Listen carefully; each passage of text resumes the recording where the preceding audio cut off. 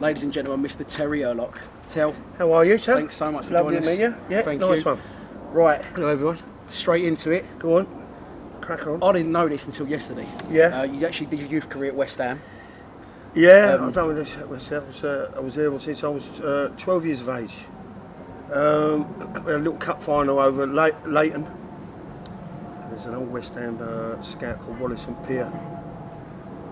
Well, that was it. The next film I'm in now, which was a lovely feeling at the time. Of course, yeah. You just want to make it, you're not. Of course you do. That's it. Doesn't mean you make it. Not that I did make it. It doesn't mean you make it as a schoolboy, but I mean, they don't take them now. I mean, I was 12. I mean, they take them at 6 and all that. God, Yeah, now, you know what I mean? But 12 years of age, I think, is about the right time. Who was your heroes growing up? Your idols? Well, my idol was a fella from Chelsea called Charlie Cook. Right. Was he a midfielder? Yeah, he was a winger for Chelsea, and I used to love him to death.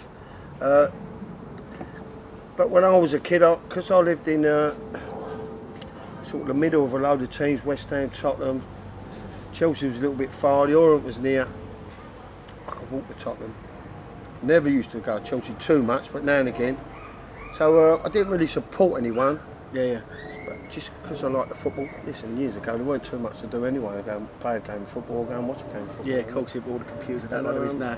I found myself walking over Tottenham quite a bit because you can walk over the marshes there. Eventually, you made your name.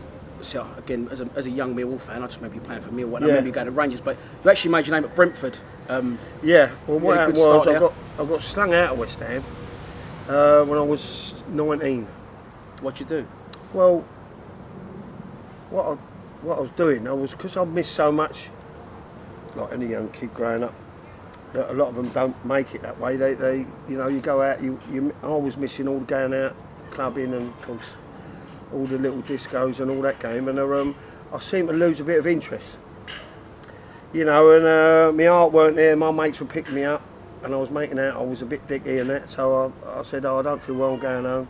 And I was going out on a piss, and all of a sudden Ron Greenwood, he just when it come to renew my contract, he just turned around and said, no, you go. So, right. but I can't blame him for that because but once I got out of football, You missed I it. had a few jobs, window cleaning, coaling, doing this and getting a few quid and going to the discos and going to nightclubs. I thought, what the fuck have I done here? Yeah, You know what I mean? What a lovely life playing football is. And then you ended up making it to Brentford. Yeah. You played with Kamara at Brentford. Chris Kamara was there, yeah. Unbelievable, Jeff. What was he like, Cammy? Cammy was all right. He was a good player. He had them long legs. So I remember playing against him. He was a fucker to play against. He had them little legs, well, long legs, but he didn't stop running. And when you thought you got fucking rid of him, his long legs come right round you. But it was good because it was me, him, and Stan Bowles in midfield, and that was not a bad midfield. Yeah. Good. Eventually, you found your way to Millwall. Yeah. Saw sense. Well, So yeah. we Eventually, I got there. This is the one that we want. How did that come about? Well, when we played at Brentford, it was the same team at Millwall, but it was switched round. It was Frank was the manager, Frank McClintock, McClintock, yeah. and Johnny was the number 2. Docky. And obviously, when they got the job at Millwall, the other way round, they thought of coming in for me. So thank God for that, because I was at Reading just before that, and we went up a league. So, but once I heard that, I couldn't wait to get there because a lot of my friends were Millwall, and I used to love. Even though I got so much bollockings at Millwall when I was playing against them for Brentford, I absolutely adored it. And I mean, I used to go into the pubs after the game. I never used to go back in the coach. I used to go into the little pubs with my mates. It's called Barnaby. Yeah, the Barnaby. Yeah. Barnaby, I mean, and the All Shore, I think it was. I mean, these all pubs. And I used to go in there, and it was always packed out, but I always got a good reception. Well, I got booed, but I mean, it was good reception. And and I loved that.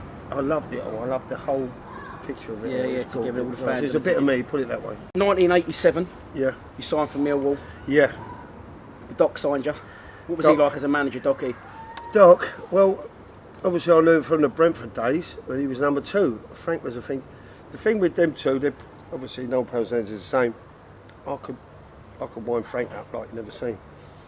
But with Doc, I'm still scared of the little fucker now, you know what I mean? He haunts me to death. He's only fucking 4'6". Was he? Oh, he's Yeah, only a midget. little midge. Yeah, he should be in the circus. But Scary man. but you had that bit of respect for him.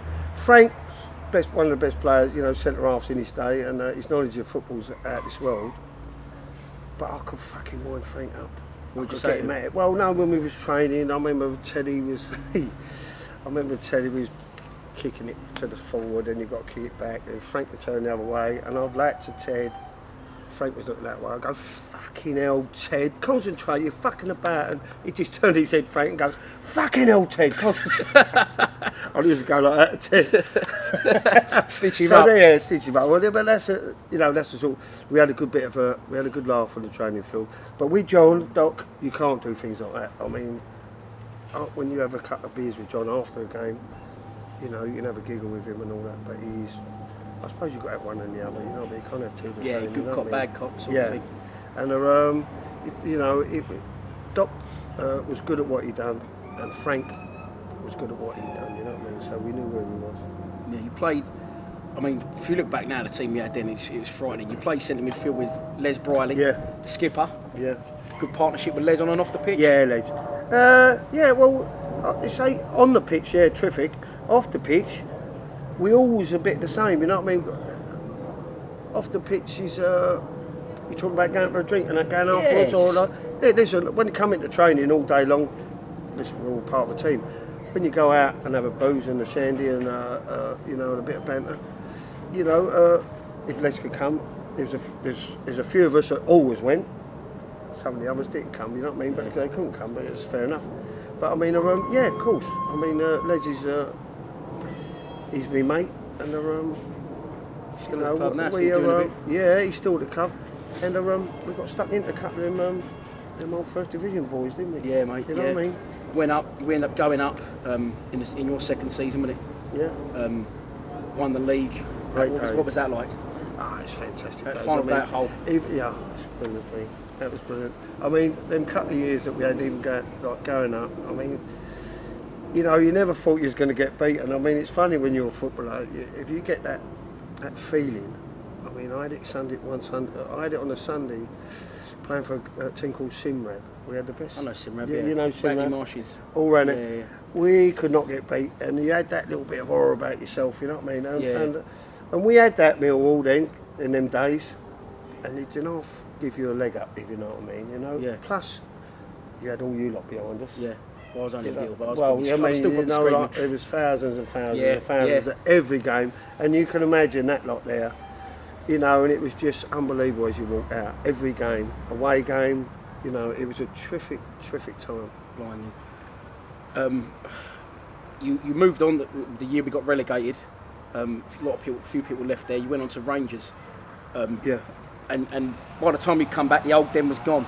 But what was it like, the old den? What was Well, it? the old den was lovely. I mean, I told you before, like when I played at Brentford, it was like a madhouse, wasn't it? I mean, the screaming, the hollering, the hooting, it was, I mean, the stick I got playing for Brentford, it was, it could put, I can remember Stan Bowles warming up on the line. He was sub, and he's, I think it was Fred Callahan, or Ronnie Harris, one or two. They might have had Newton on or somewhere, and one of them there. Warm up stand, anyway, he warmed up. And he come back and went, fuck it, I ain't going on. He said, someone just pulled a fucking knife out. And he wouldn't go on. Fuck that, he wouldn't go on. So that's the sort of thing, and I love anything like that, you know what I mean? And now I could not wait to get to Millwall. When I was a part of that, I loved it. I knew what the other teams were going for. And the old den was out as well. Yes, It was even as a Mill supporter, I was a kid. It used to scare the shit out of me going there with the old man. Can you imagine? I mean, I can remember coaches coming through underneath them arches, and all the yard dogs were barking, and someone was backing up with a skip lorry and keeping the coach there, and fuck knows what. Fucking, they must have frittered fucking granny out.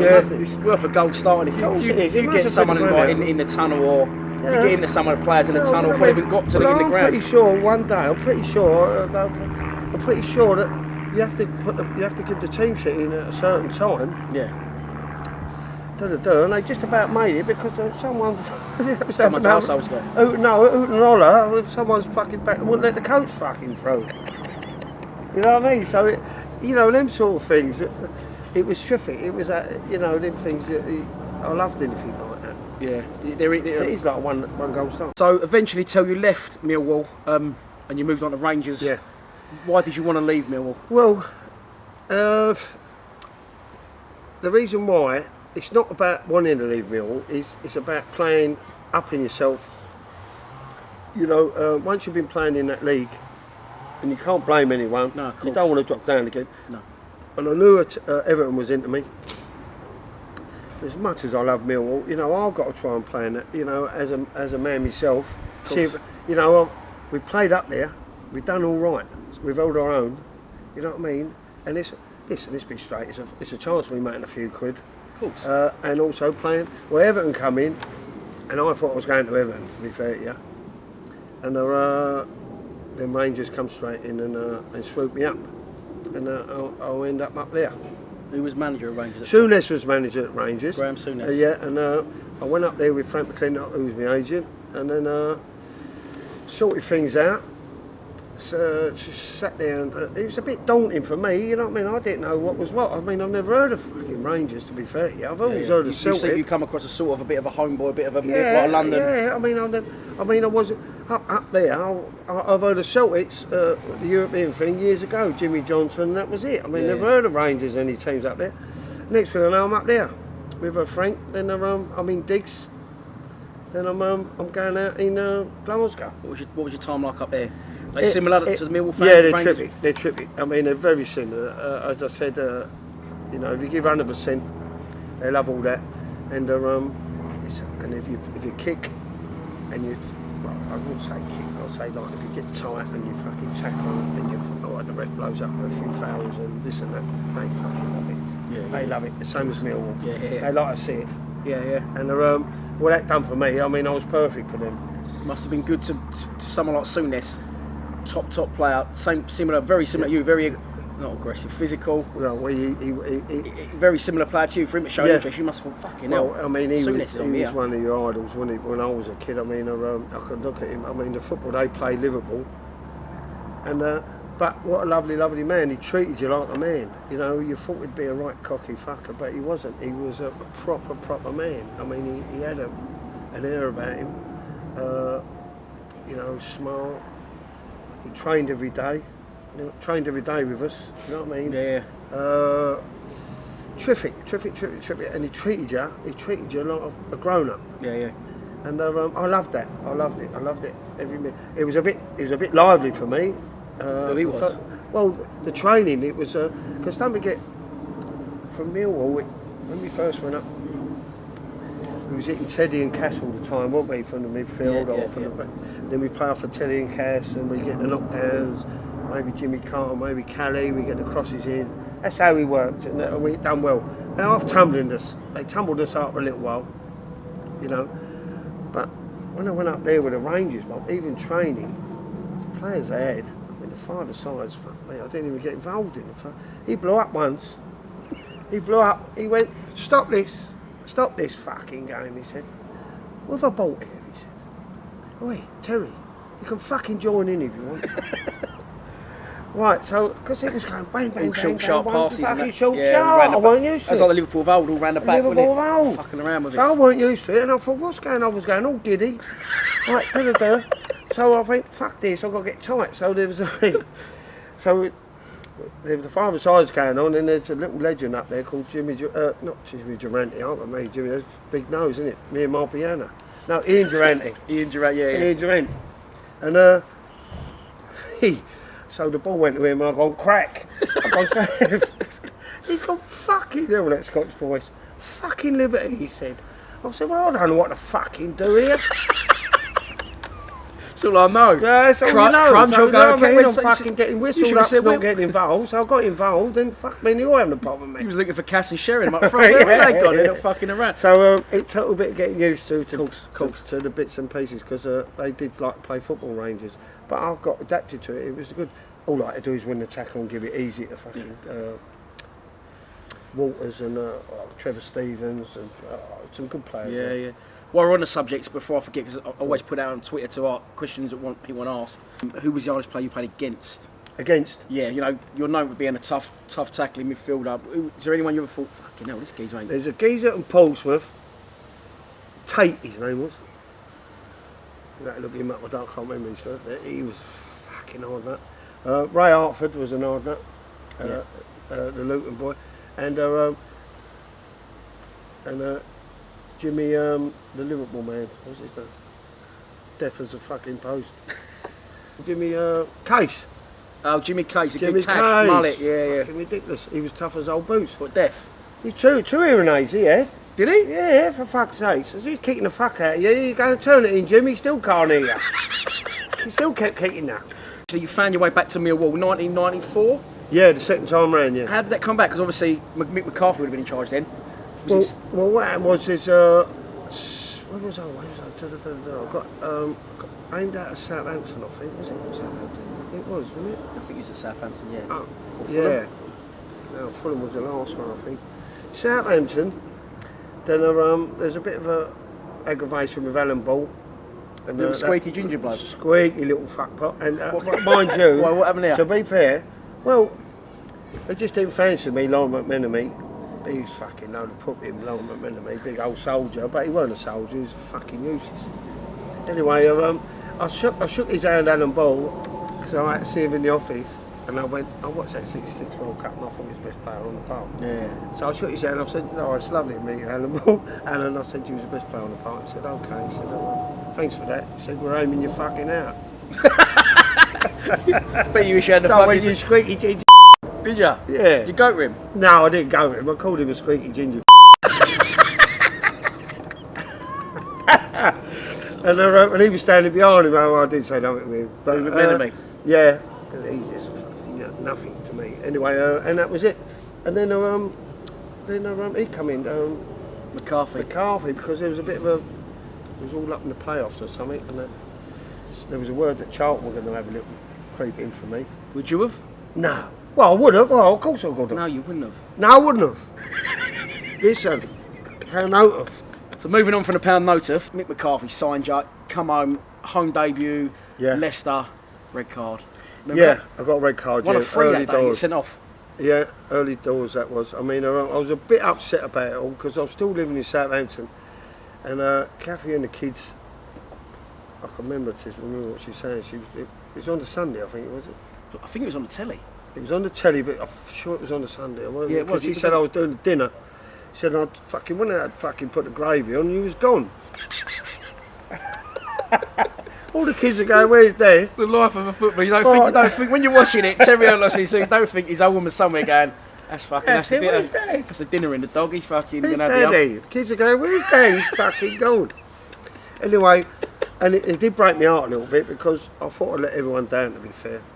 And it ain't a good, I was upset with myself a little bit. I thought he kicked me, that kid. So I just relaxed out. I don't know, perhaps I was too overexcited about getting back Coming there. back. I don't think they would against you. I got a fucking standing a round of applause, I think, at the coming off. But we still thought I let people down. No, never.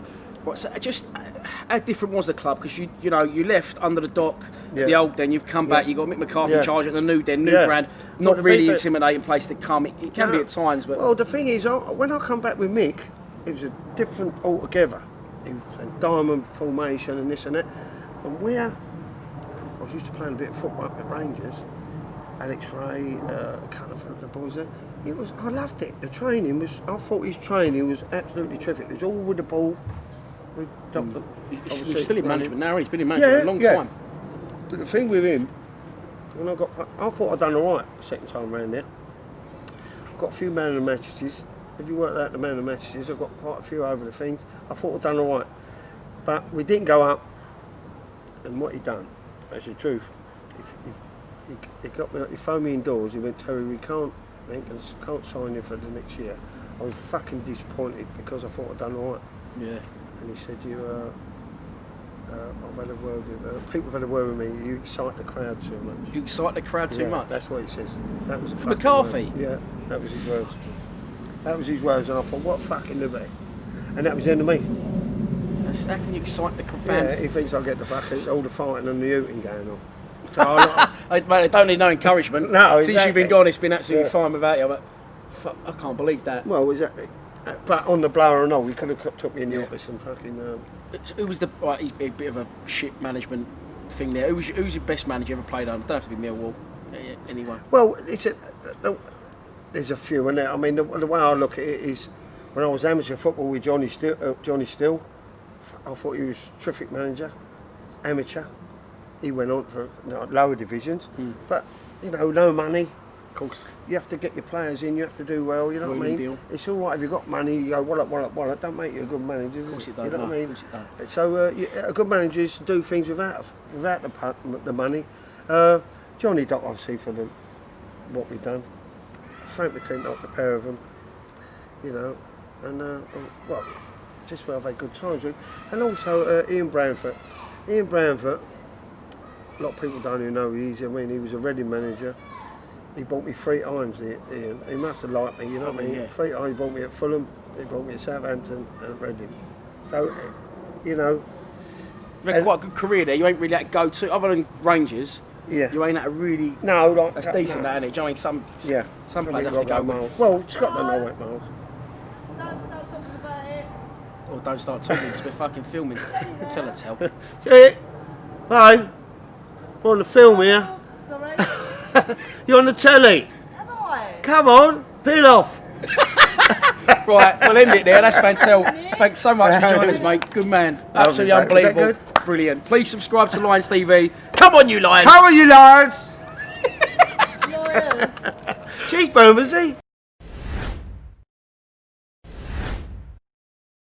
Lions TV, we're back. It's a Lions Lounge.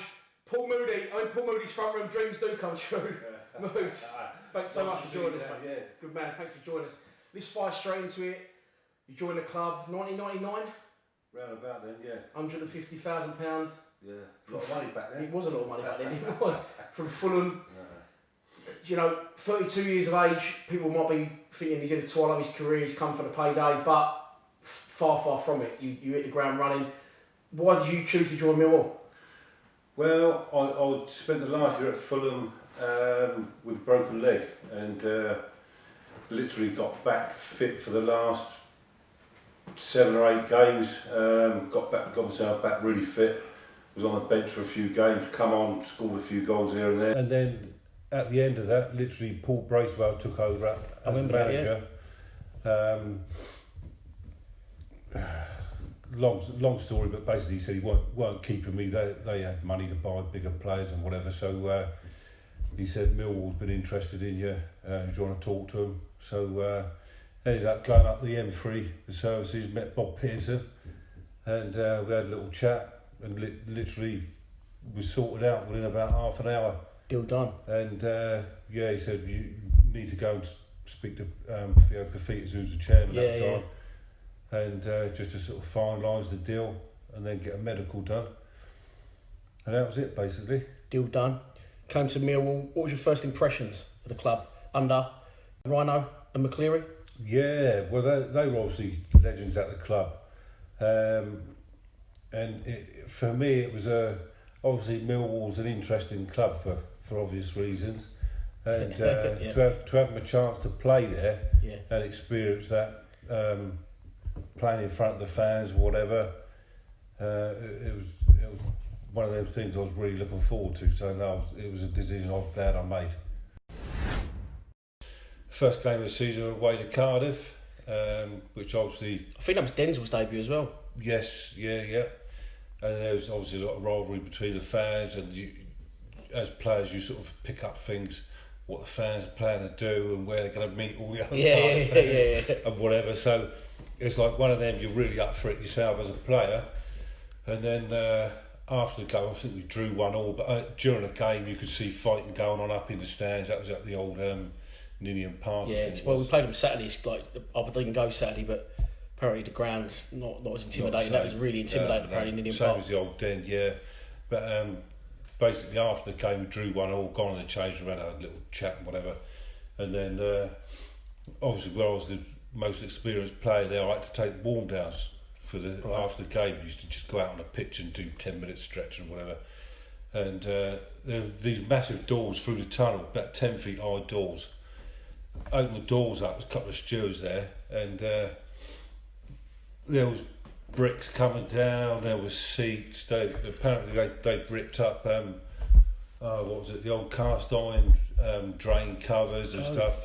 And What, the Cardiff fans? Yeah, and there was Millwall fans, and there was women and kids in there, you know, and it was a little bit naughty. And obviously the stewards see this, they close the doors up on them, and I just thought, get them in there. I'll push them out the way, open the doors up.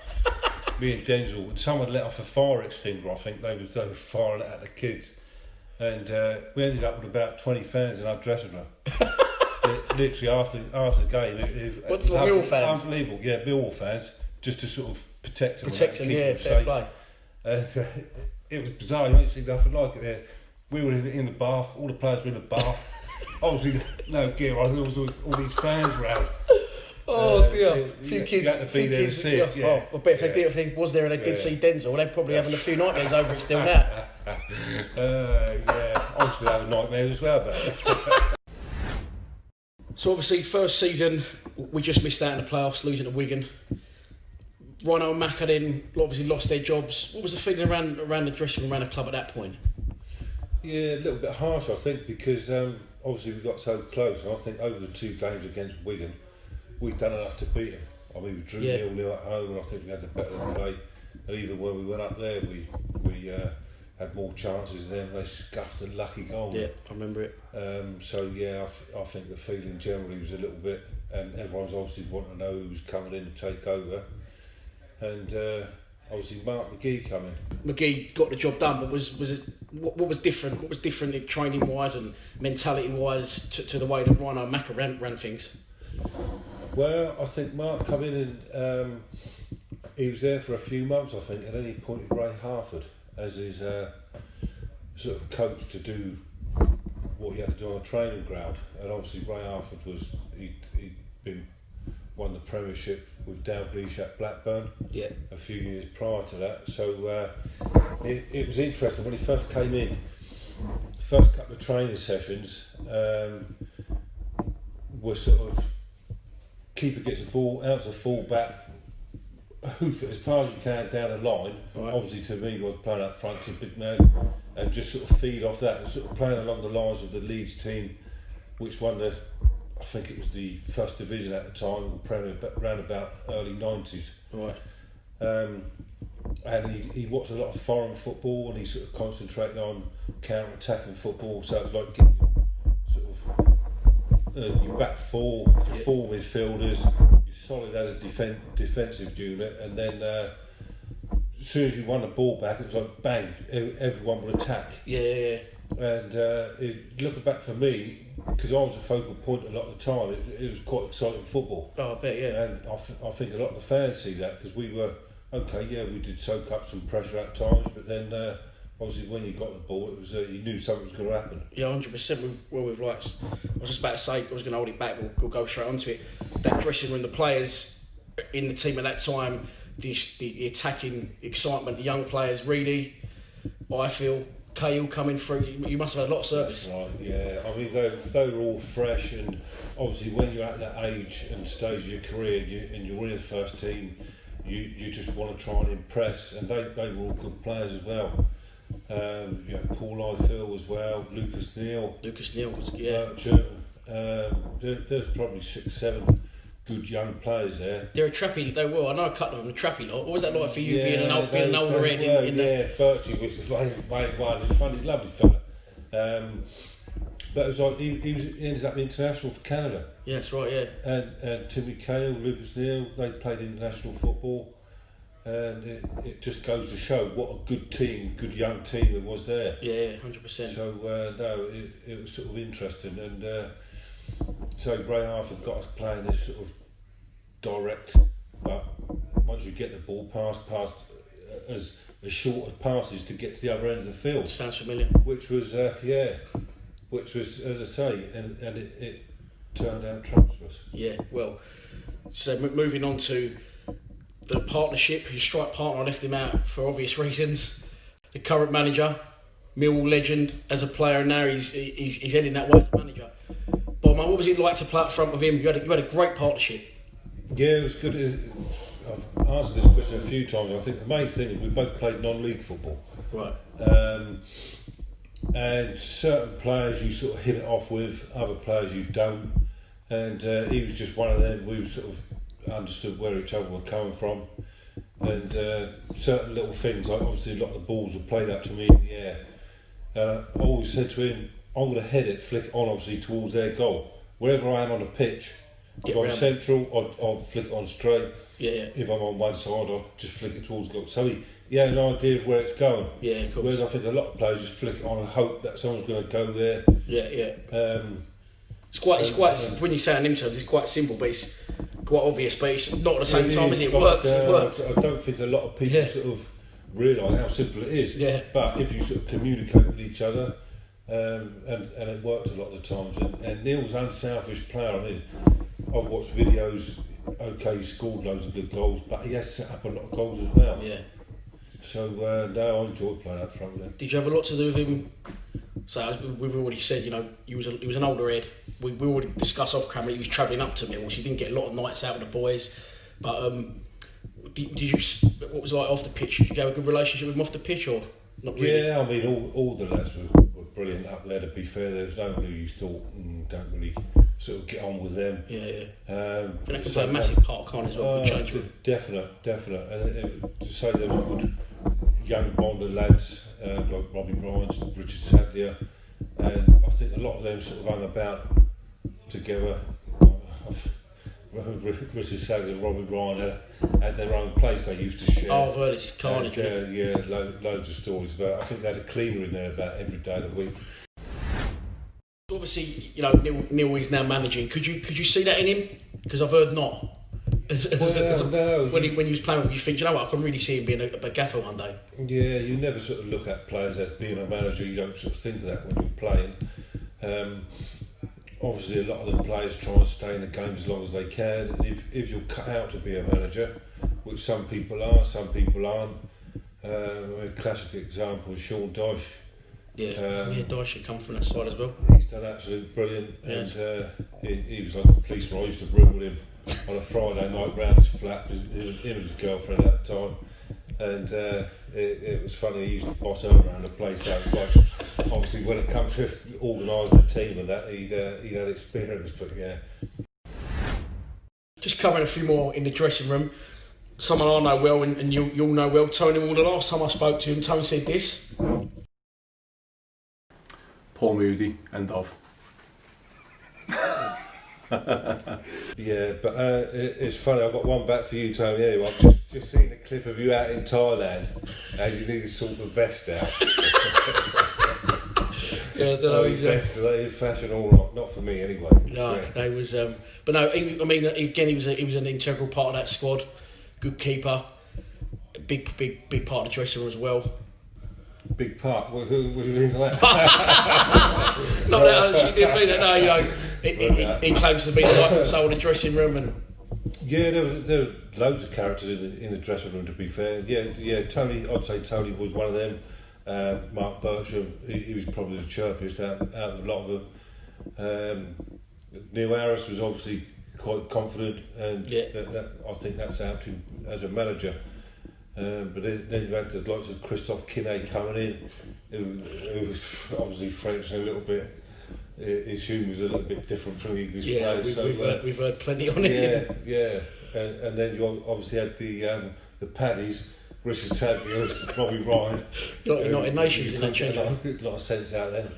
And then you had Nevers. A little story about Nevers. I think this was one of the first games, and I always used to like rooming on my own on away games because I like to get a good night's sleep.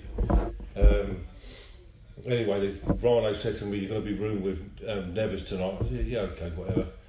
And this was about 3 o'clock in the morning. I'm fast asleep, and all of a sudden Nevers had popped it up out of his bed, and he's shouting out, "Get the fucking defence up, you son! Get the fullbacks in and all this."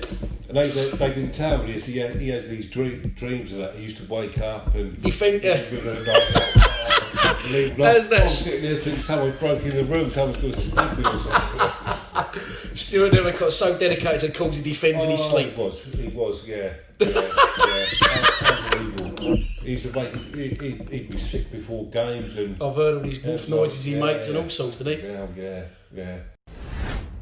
So moving on to, I said to you off camera before we started, you're regarded by many, you very fondly remembered at Millwall, and as almost as what I would describe as a short impact legend. You know, Steve Claridge falls into that bracket, Kevin Muscat. You actually wasn't at the club that long, but you just remembered as you know, with great memories and actually as a legend. So I think you only played 69 games for us, scoring 20-something goals. And I said to you before we went on here, what's your best way? You said I don't remember much of them. Yeah, I don't. But you must remember the chip against Lee RMI. That was probably the best, or one of the top 5 goals. It was just one of them random things you try it, and the keeper was off his line at the time. But the goal against Gillingham as well, when we drew 2-2 at home, that was another one I actually remembered. You scored in the season we went up. You scored 2 hat-tricks. Do you remember it against Reading? Yeah. I remember the Reading one because there's another story about that. Go on. Putty the kit man had forgot to pack my boots from the training ground. I think we trained in the morning. Yeah. And he'd forgot to pack my boots, so it was like he's only got one job. Around exactly. That's why he's not there anymore. But no, the guy, I can't remember the guy, Richard Shaw, was it, goalkeeper? Yeah. No, young apprentice. Oh, I thought it meant Richard Shaw. I thought it meant like the defender. No, I'm getting it wrong. I'm trying to think of his name. Ginger sort of haired keeper. Young lad, he was apprentice anyway.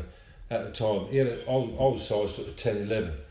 And he had this pair of size 9 boots, and I tried them on. I thought if I can soak them down with water, make them a bit softer, and that, put them on, and that was more pleasant than scoring the hat-trick, taking them off after the game.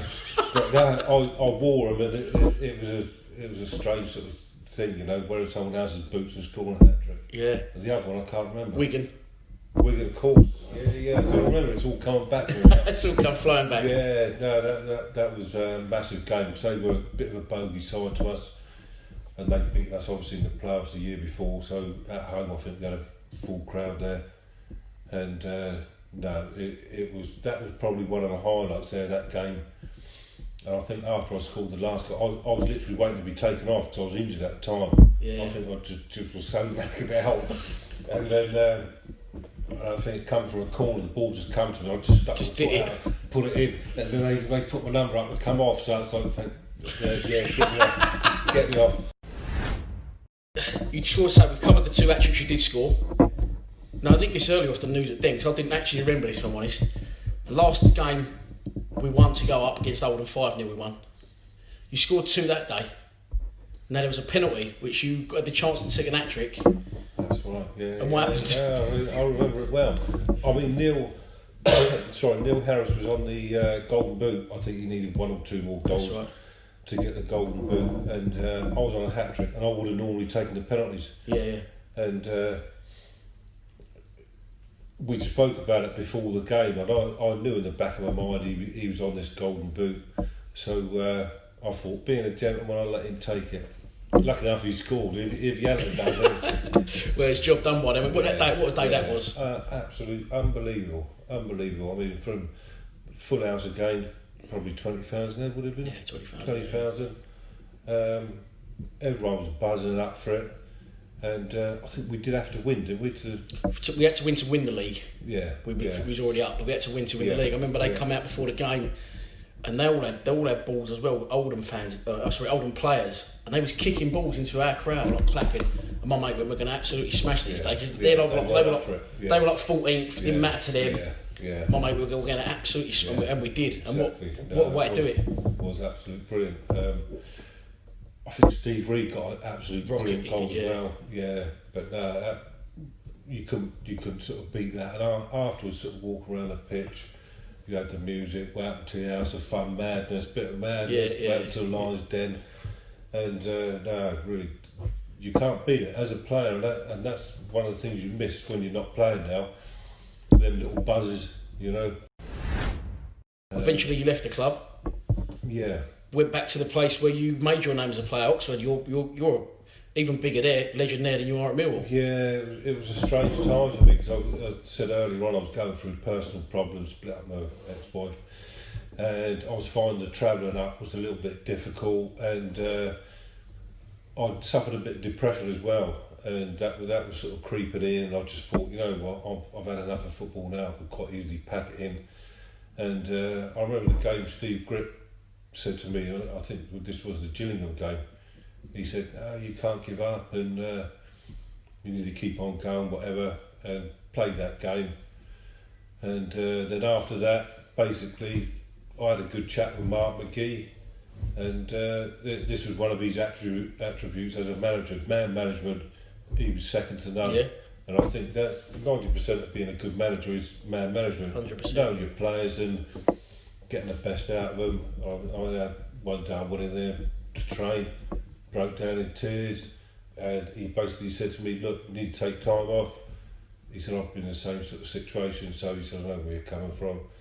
And he massively looked after me. He even offered me sort of coaching jobs there, and Theo offered me another year there, and then that was when the time when Oxford come in. Well, listen, don't worry about what went after. At Millwall, you was a short, true legend. Thank you very much. Paul Moody, Lions Lounge. Come on, you Lions.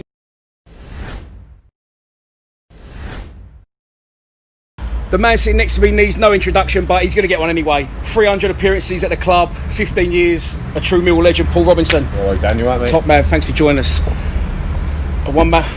It feels like you're a one-man club, you're not, I know that. Yeah. But that's how it felt coming here today to me. Yeah, it felt that way. It kind of feels that way in a certain way. Like I say, 16 years of your life at one club.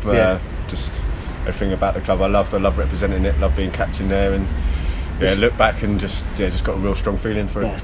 Let's do exactly that. Let's look back. Let's go back to the very beginning. Signed as a schoolboy. How did that come about? Signed as a schoolboy. Yeah, weirdly enough, I was at Watford as a youngster from like 10 to 15. Ironically, at the time, Kenny Jackett was the youth team manager at Watford. Right, yeah. And I left Watford at 15. I'd had a few injuries, this, that, and the other as standard. And then just went to my local Barnet Youth, who were my local Sunday team, and Bobby Bowery was coaching them. Weirdly enough. Fucking Bobby Bowery. Yeah. So he could point like no other midfielder. He had the point and look at the bench, didn't he? See what they were thinking. And then so I spent about 6 to 9 months with him there, and then he took me down to Millwall for a trial with Mick Flanagan as a. Because isn't he an agent now, Bob? Yeah, he is. He's still my. So he's looked after me from that all the way. Sorry, through. Bob. All the way through, from 15 all the way through. So and then Mick Flanagan was the youth team coach, so he's proper old school, wasn't he? He was that was a bit of a rude awakening as a youngster, but went in for a couple of trials, done all right, and then was there until obviously 32. Couldn't get rid of you in the end. But I know. What other players were in that youth team that we would know? Anyone that came Dunny through? was in my youth team. Dunny was playing right back alongside me, and then I had Mark Phillips the other side of me, so he was in it. Braniff, obviously.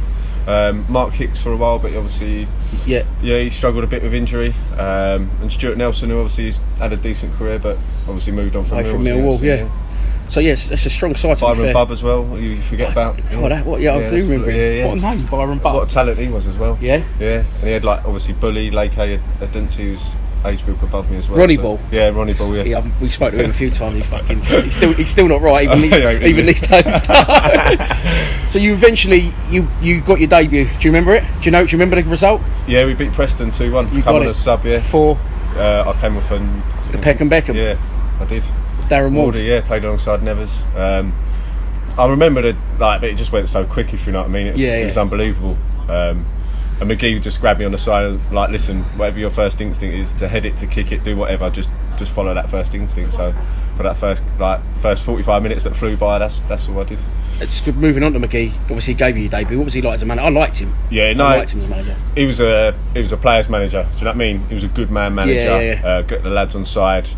Built the team spirit, and then had good coaches like Ray Harford and Steve Gritt alongside him. A lot of people I speak to say Ray Harford, great coach. Great coach. You can see why he coached Blackburn to win the Premier League. He was a great coach, but a great bloke as well. You made your debut. Yeah. But then you shut off for a bit. Went out on loan to Torquay for 12, 15 games. Yeah, I sort of played. Did that give you? I know it weren't a long time span. Did that give you a little Yeah, I obviously made my debut, and then I got in the team just after Christmas, didn't I? Played in the cup, played against Southampton in the cup, and that was all under McGee. And then I think about 6-7 games before the end of the season, I got injured against Sheffield Wednesday, and then obviously whatever happens, and then I got back in the team under Wisey when he was caretaker manager, and we played like 3 or 4 games, and then I done my cruciate up at Norwich. Yeah. And then I spent the whole of that season out, which was of all the seasons to miss, cup final season, wasn't it? I was going to ask you what that must have been like being in and around the club. It must have been exciting, but at the same time probably frustrating for you personally. Yeah, obviously it was amazing for the whole club, a club like ours to go to the cup final and everything. So to be in all around it as a youngster, obviously I was in and out of the team, had played a few games. So it wasn't like I was an established player who thought, I'm going to be missing out on that. I see what you're saying. Like Denzel done his knee, obviously. He was fuming, but like you say, you was. But we did have a good weekend. Denzel, me, Muzzy, Deitch, a few of the lads. Yeah, it was a bit. Go on, I've heard a little bit about this. I think they took us down there on the Thursday. I think we had a few good nights out anyway in Cardiff. Yeah, even though. Oh, of course it's Cardiff then, wasn't it? Yeah. No Wembley. Yeah. So that was decent. And I think, like Tone says, I think he was half cut leading the team out. Oh, you've seen it. Yeah, he's. I mean, the change room. We won't go into the team now, but the change room now seems buzzy. And it seems sort of since then it's not been. You can reflect to that time of you was in that dressing room and the characters around that. Was it good to be unbelievable set of characters, wasn't it? Proper.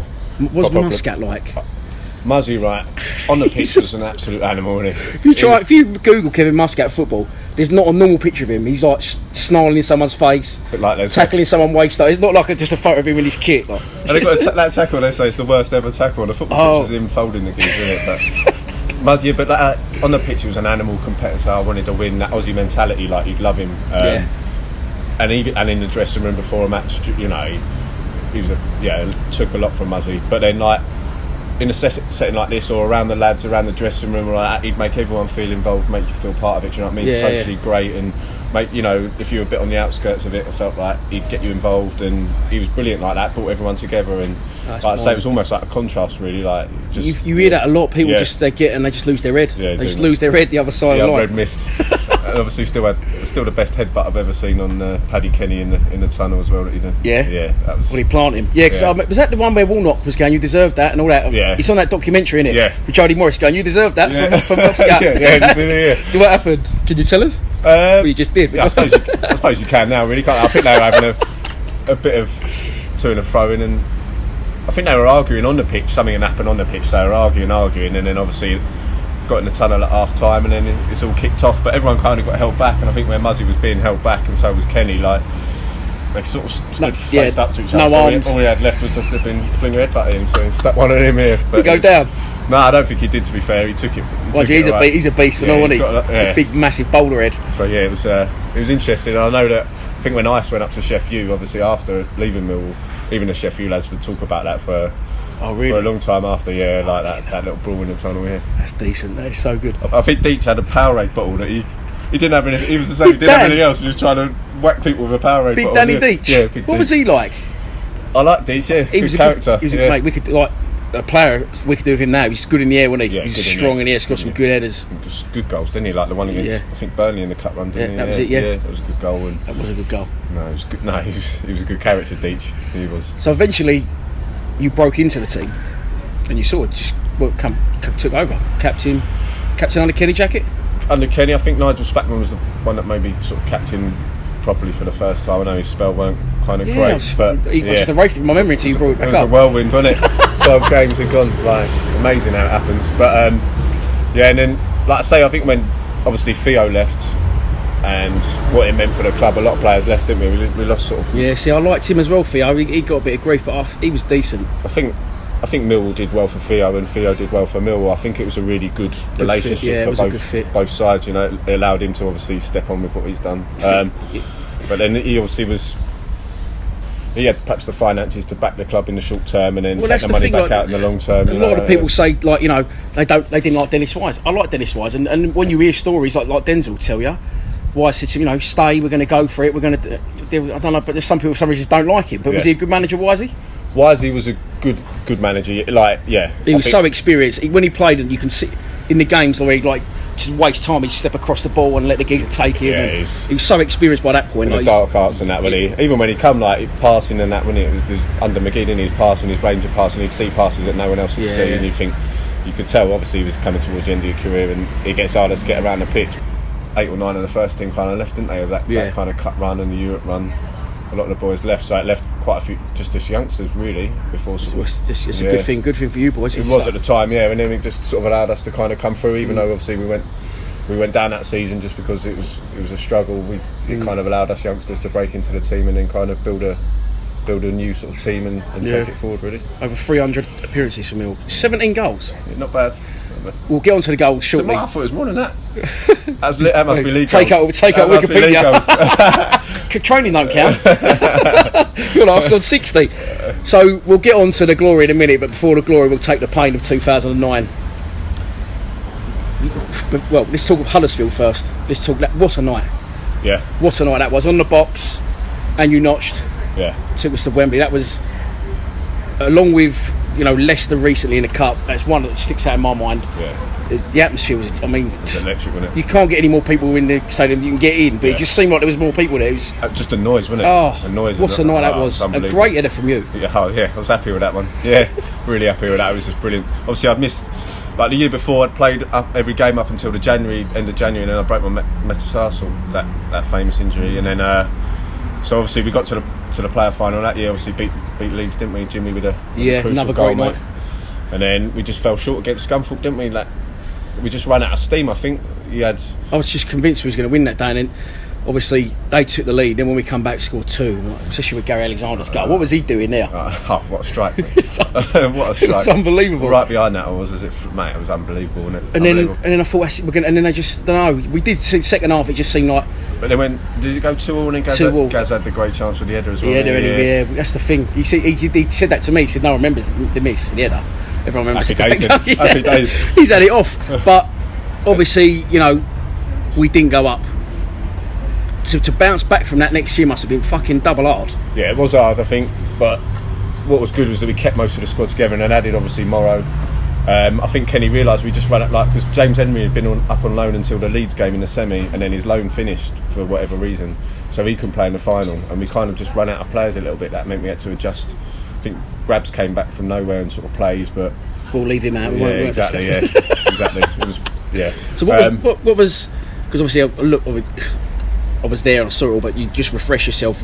Looking back through a lot of your goals, and Morrow was there all the time. Did you have a good rapport with Morrow? Yeah, I had a good rapport with Morrow. We sort of grew up in similar areas, kind of similar age, so you kind of got that good rapport. Yeah, I think he's older than me, but he's not. He must have had up all paper around. It's a grey hair, isn't it? So he's. Did you get on well, Morrow? Yeah, he's a good lad, Morrow. No, he is. He done well. We kind of, like I say, similar areas. Grew up sort of. I didn't know him before he signed, but once we did, we kind of found, and he just settled in well, didn't he? I think it took him a little while until he scored against Milton Keynes, I think, and then once he scored there, he kind of settled and was happy. And then after that, he's been away, come back, he can't get rid of him. No, he's done. But no, he's. How well's he done the last couple of years? I think it's a bit mixed at times with him, because sometimes he's a bit like fuck. But he's another one. He's a lovely bloke. Go have a chat with him. Go across the white line. He wants to kill everyone, doesn't he? He wants to kill everyone, from his own fans to the referee to the fucking managers. He's just take it though, didn't you? Oh, just because if he didn't have that, he wouldn't be half the player. Exactly. Yeah. So, going into this, what's your mindset? Last year, we ain't done it. Was you catching in 2009? I weren't, because I'd done my He was injured? My foot, yeah. I just got back fit for the semi. I was on the bench for the semis and the final. I got on for both, like in the end of the semi for 10 and the same in the final. Just emergency centre forward against Scunny when I was trying to rescue, because we didn't have anyone else. That's get on the end of it. Kenny realised the squad was just a little bit short, just a bit bare, where Gaz and Chopper had run themselves ragged in that heat. Yeah, and we didn't really have anyone else that could come on and affect it. And we must have been struggling, because Wolford caused havoc that day. Yeah, I know. Yeah, that's how struggling the tired the players must have been. Wolford, I remember he was like, when we signed him, I was like, he was blinded for Scunthorpe, obviously. Yeah, he was alright. I think it was a tough time for him, though, really, when he came. Yeah. But are you going into this year thinking, what's your mindset going into the game at Wembley, thinking, well, we can't lose 2 years in a row? Or are you thinking, there's no fucking way I'm losing this game? A bit of everything. I think there was a bit of that, but I think he'd freshened up the squad. Obviously, I hadn't played really the year before, and then Morrow had come in. We had Chops come in as well on loan. I think that there was a few different personnel as well, but I think ultimately we knew that having beaten Leeds, everyone was like, it was almost like the achievement was getting to the final, playing at Wembley. It was brilliant, and that. Whereas this year we were like, no, the prize is getting promoted, so that's what we're here to do. It did seem like a day out because it had been obviously our first one. We had Cardiff, but it had been the first one in a long time. Yeah. So the 2009 final seemed like a bit of a day out, but like you say, this time that was the feeling amongst the fans as well. You know what I mean? And also it was the new Wembley, wasn't it? First time at a new Wembley and all that. But to be fair, the fans were unbelievable. The first time, what was it? We took like 55,000, didn't we? Yeah. It's like mental. Do you know a what? record of me at both, old and new. Does that? I was a bit younger then, so I do remember the day, but not as well as I remember it now. If I went with my kids, you know what I mean? We had a few. Yeah, we had a coach. Like there was loads of coaches, but we had my mate had one from the lounge, and we said if we won, we'd have a naked coach on the way home. So we all sat naked on the way home. That's my fault, was it? Yeah. No. So what was the day like for you to build up? I want to know everything. I want to know if you've had a celebration planned or you just fucking lost your head when it was. Yeah, no. I think the year before, actually, ironically, we did the usual thing, the Wembley thing. I think we stayed in Kensington Gardens this year, like in that for that one. The year before, we'd gone to Sockwell House, and after that, I think the evening we ended up having a few more beers than the year after when we won, ironically. But that day, I just knew I was going to be leading Millwall out of Wembley. Knew I was playing. You know, everything about it was different for me. It was different mindset. Yeah, just different mindset. Yeah. I was kind of the year before. You kind of, like you say, I'm one of those. I love to play. I like to be out there on the pitch. I can't sitting on the bench or in the stand. It's hard work. Do you know what I mean? I want the lads to do well, but it's hard work. So this year, I knew I was playing and just completely different. So I was just trying to make sure, one, I was totally ready, but secondly, just taking it all in as well and kind of enjoying the day as much as you can, but still being focused. You know. What do you remember about the goal? Did you have a celebration plan? No, well, I would have teared off, I think, but can come down the other end. But I was collared straight away, wasn't I, by Morrow and Bat, like Sean Bat, and just obviously the corner scrum flicked and it just bounced up, and I just you took it well. Yeah, you was very composed. I just see the keeper that side and I thought I'll just try and guide it that side. So you was only a yard out. It wasn't a very good goal. But no, you took it down well. You was composed and just stabbed it past him. Yeah, I was happy with that. Mate, it was up the other end to us, unfortunately. It was fucking madness, absolute madness. I still look back at it now. You know, you're looking at the sky just to see the crowd reaction. It must have felt unbelievable. Oh, unbelievable. Yeah, like I say, still watch it back now. To not only be captain, but then to score the winning goal and miss every boy treat. Be honest. That's a bonus, though. To be fair, I room with Chopper and I just said to him, I don't care whatever happens today. I just want to be walking up the stairs picking up the trophy. That was my only thing that I wanted to do. Because my question was going to be, I'm a selfish bastard. Would you have got the ump if we'd have scored another one? Nah, I wouldn't care less. I'd be like, no, I want it. If it's me, I'd have been I want it to stay 1-0. Might have been a bit more relaxed, I think, if I had done. Because obviously you would have lost a little bit of the headline. Well, you didn't, because I think Morrow and Chopper could have made it a second one if they'd have. They could tell that both of them wanted to score that day as well. No, that's fucking them two up front, and the centre half has to let them know and do the job. But yeah, it was an unbelievable day as a fan, obviously as a player. What was it like afterwards? Yeah, it's just like I've said it already, but it must be a massive sense of achievement to come that close the year before and to regroup and go again. Must have been. I think that was it, wasn't it? Good management all round and good team togetherness. Yeah, exactly. And the way the club was, obviously, the new chairman came in, John Belson, and just gave Kenny that stability and just enabled him to build. And like I say, he'd learnt Kenny, to be fair, from the year before and made the squad that bit stronger to get us through the whole season. And as it turned out through the play, I mean, we went. If you think about it, we went from the January, we were like some mental 18, 19 points behind Leeds to being 1 point behind them on the last day. And we could have gone up on that last day as well. I know. And we were thinking, how close that. You know, when Morrow scored on that last day, we like to do it the hard way, though. Exactly. Do it the hard way. So but like I think it worked in our favour having done it the year before. With this time, we just thought, right, it's business, it's time to go. And us, like I said, we just wanted to get over the line and get promoted. And that night was it was a mixture really. It was like you say, a little bit of relief because you thought if you lost again, that would have been tough. And just a decent party after. I mean, it wasn't as crazy as the year before really. We didn't go. I think it was more this year. It was just enjoying the moment a little bit. Do you know what I mean? We had a party back at the Kensington Gardens, and it was all in house, all together, and but lads were decent. And it was just a few beers. JB had the cigars out. Yeah, exactly. He had the cigars out. 40 joining in. Gaz still asking Kenny, he's like, I'm still waiting, Ken, any chance of putting me on or what? He didn't get on, did he? He was standing behind Kenny for about 20 minutes trying to get on a sub, wasn't he? And we were standing at the bar. I was like, I'm still waiting, Gaff, for any chance to get me on there. Or... We've brushed on him. You've roomed with him. You said his name a few times. Obviously, our current manager, Neil Bomber Harris. Yeah. What was he like as a player to be around, dressing room? Like, just brilliant around the place. He was obviously a bit fiery in his younger days, and he'd come out of the non-league. He was quite, but I couldn't get near him when I was a youngster coming through as sort of 18, 19. I think he used to get the ump with me because where I was flipping a bit off it, then I'd just end up kicking him and sticking him up in the air, and he was so sharp, and he thought, and he was good, wasn't he? He could have gone. He had Premier League club sniff. I think it was pretty much. Could have gone to Tottenham was near enough a done deal, I think, before obviously. Oh really? Yeah, I think he was before he got ill. He got ill, yeah. So what was he like to room with? Was he a bit of a? I'm hearing he's a bit of a fucker and likes to play up. He's not no more. He's Mr. Sensible now. Yeah, in his younger days, I think he was, but then I think I roomed with him sort of when he came back, so I think he'd matured and calmed down a little bit since then. But he was always deadly serious about his football. Yeah. He's just a football nut. So as soon as you get in the room, I mean, this is how many years ago it was. He'd put the teletext on to see all the latest football news and that, like in the room. And you're like, we've only just got the younger ones are gonna be going, what's the fuck's teletext? Yeah, he'd be there sitting reading all that, and I think like, but no, he used to. He was good, and we just used to talk football and.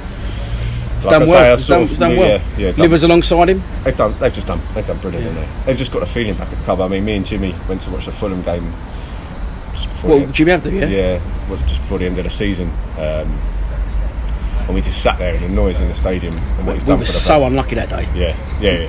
Scored first half, and then I think he won the game. Yeah, exactly. But yeah, Chopper, Livers, they've done brilliant. I mean, Livers is probably the calmer head. I think Chopper can get carried away in another way, and I think they're a good balance. Well, it does. I mean, that fiery side, then you need that kind of composure as well, and I think they're a good double act. They got the job on the back of not a lot of experience. Yeah. And I'll question it at times, but it's fucking works well. It's a good. Like you say, it's a perfect little double act. You don't really hear or see a lot of Livers, but he obviously does his bit, and like you say, can be the calming influence on Chopper. And they know the club inside out. They know what it takes. They've been part of successful teams. They know what it takes. Obviously Chopper, quite a few of them. And, exactly. I know we all say it, and maybe other clubs would disagree. It's a different vibe at Millwall. You've got to be part of it to know what it's about, haven't you? You've got to understand the club, haven't you? Yeah. And the mentality of the club, and what there has to be. I think that connection between the fans and the team on the pitch. And I know that's the same with every club, but I just think Millwall's a special case where when you get that togetherness, it just takes the club just like you've seen this year, really, to places where you think, at one point you're thinking, oh no, I was like, it's actually going to happen. I was like, it's actually going to happen here. Yeah. But hopefully we'll kick on next year. On your time at Millwall, who would you say the best player you played? Let's go for the best player you played alongside the centre half. I think my best partnership was probably with Wardy. We played that many games together, and we got on well off the pitch as well. Got on well with Wardy. I know he got a bit of stick with the old Peckham. Is he still playing at Yeovil? Still play? No, he's now. I think he's playing. I played in a charity game at Hemel Hempstead for the Bertrams a couple of weeks ago, and they were saying that he's playing at Hemel Hempstead now. Him and Lloyd Doyley from. Oh really? Yeah, they're playing. So they're he was a good player, wasn't he? Yeah, he was a good player. Yeah, he got player of the season about 3 years in a row. Wardy, just to shoot with haircut, people thought he was a bit of a joker, but he's. I know he's brave to wear that, wasn't he? But, to wear it. Got off the shelf. He might as well have done, won't he? But some of them, he must look back and think, what the hell? But me and Wardy, yeah. What about manager-wise? Best manager you had played under? I think I'd have to say Kenny, just because. Major captain and what the success we had kind of working together, and just football wise he's doing it at Portsmouth now. He's doing a good job, and football wise he's just excellent. Do you know what I mean? Brilliant. And I think he's just got a lot of respect around the game and knows football inside out. You can talk football and talk sense all day long, Yeah. What about? I mean, there's a lot of games. Wembley game excluded. Yeah. What would you say? There's a few, to be fair. I think obviously the Huddersfield one comes. Yeah. A very close second to that. That was a great night, and it was at the Den. Do you know what I mean? Yeah. It was brilliant. There was a couple of good games that season. I saw one on Twitter the other day where we beat Charlton 4-0 at the Den as well. That was good. He scored the first one. Yeah, he did, didn't he? Yeah. And even the 4-4 at the Valley. I don't know if you heard that one as well. Was, yeah. That was an unbelievable game. And then you just look back to things like probably my full debut. We beat Watford 4-0 on my full debut. That was a good day, especially I'd kind of been released by Watford as a youngster, so to then come back and beat them. Yeah, it was nice. It was a nice feeling. So they were all good days. And then even that last one my last game probably when we beat Bournemouth 1-0 to stay up on the last day. Yeah. And kind of got carried off the pitch by fans, like obviously buzzing like that we'd stayed up and it was just kind of a not that you'd ever want it to end, but it was kind of like looking back now, it's probably like a good timing and probably the right way to end, if you know what I mean. Yeah, they're a lively bunch. Yeah, they are. Great fighters. So you eventually you left the club. Obviously, it was forced upon you. Was it forced? I'm not sure. Yeah, it was pretty clear. I was never gonna be part of Holloway's plans. Yeah. Can't say it. I'll bleed that out. Sorry, go on. Yeah, say his name. You know what I mean. I was never going to be part of his plans. So tough to take. It must be. It was tough, yeah, because it was all I'd known really as well. Yeah, it was all I'd loved, and I'd been there for so long. But like I said as well, I still thought I had some football left in me, so I still wanted to carry on playing. So it's a difficult balance between should I stay, maybe move into another role at that age, or keep playing. And so I decided to Portsmouth was a great opportunity that came along.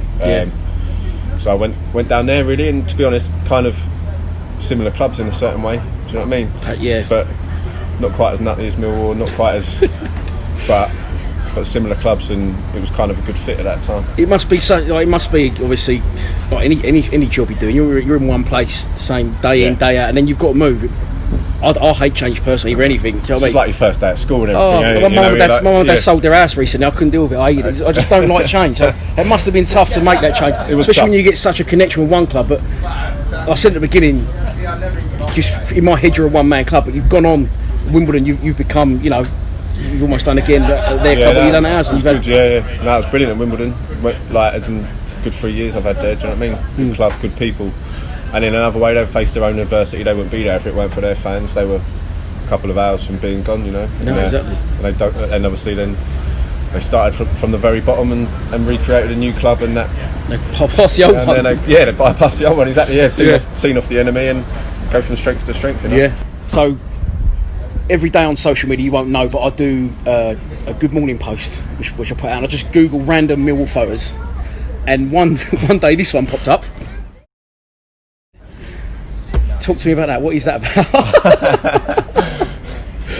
It's just about that. It's up there with the most random ones ever. Yeah, I can imagine. Yeah, I think there was 4 of us that day. It was me, Chopper, Steve Morrison, and Liam Trotter. We got asked to do something or other for obviously David Hayes. Yeah, supposedly Millwall fan. Exactly. Yeah, you took the words right out of my mouth. Yes, and we went down to the ground, and to be fair, he turned up about an hour and a half late. Got hammered by Chopper for being late. Did he? Yeah, got hammered. I was about to say, I fancy Chopper against him in the ring, especially now. But then he gave us a little boxing session on the pitch, and that just got to meet him, and like I say, he's got a bit of a Millwall connection. So what did you say when I first showed you that photo? I mean, Barnett was a joke, wasn't it? Mind you, it's not much better now, but classic. Any other stories or characters that stand out? I've played with loads over the years, loads. I mean, Danny's obviously give us most of the stories in his book, but yeah, that's true. Well, the one when we slept in Norway for the flipping. Go on. We'd been out the night before. We had a pretty mad night, and then we got to so then we were moving from Sweden to Norway. I think it was a pre-season trip, and then me and Danny, we were rooming together, and I think we both. And the manager was right. Listen, you've had a night out. Get your heads down. This was everyone. Get your heads down, and we'll start training at whatever 3. Be ready by the coach at 2, or whatever times it was. So me and Danny got our heads down, and then I think we both assumed the other had set an alarm. And one of those, and you're like half asleep, half awake, and you can half hear a coach, and I was thinking, oh no. And then it drove off, and then the next thing was about half an hour later, Danny was like, what time are we supposed to be training? And then we both kind of checked the time and realised that people put bibs on and shit. Come running down to reception thinking and then the coach had obviously gone. That's probably what you missed half it. Dreamt, half hurt. But yeah, they didn't come and knock or anything. Obviously, what did they not think? Hang on, we're 2 players like I think they were too because we were 2 young lads. They'd let you know. I think they were trying to teach us a lesson. So we took that, and then we had to we got punished for that nicely. There was a court case and everything we were put on trial amongst the lads, so we had oh really? Yeah, it was a bit of banter, and it was in a way, and it kind of wasn't. It wasn't until you got the bill. Yeah, then we got it was pretty serious. Like your mate Warner, like they were trying to make us like flipping waiters for the butlers for the day almost. We had to flip and serve everyone their food, and Tone wanted us to have an orange in our mouth. We stopped at that point. Do you know what I mean? We weren't going to go that far. Gimps of the day, I think they call it. So yeah, you're thinking, here we go. Like, I bet you weren't late again. No, we weren't late again. It was one of those as well. You think, flipping it, like as a young lad, you kind of think, that's it. I'm done now. Yeah, you shit your pants. It's like you say, like, it don't matter you're a footballer or what. I used to be on a building site. You're late. You fucking shit yourself. Trying to think of any excuse you can pull out the bag. Yeah. But if you're already in the hotel and in bed, there's no real excuse. It's like there. First pre-season trip, and I'm flipping done this. You think, it's all game over. So that is it for another Lions Lounge. I'd like to thank Paul Robinson for his time. I speak for not only myself but every Millwall fan. You give us some unbelievable memories. Top man, Dad. Appreciate it. Cheers, mate. Thank you.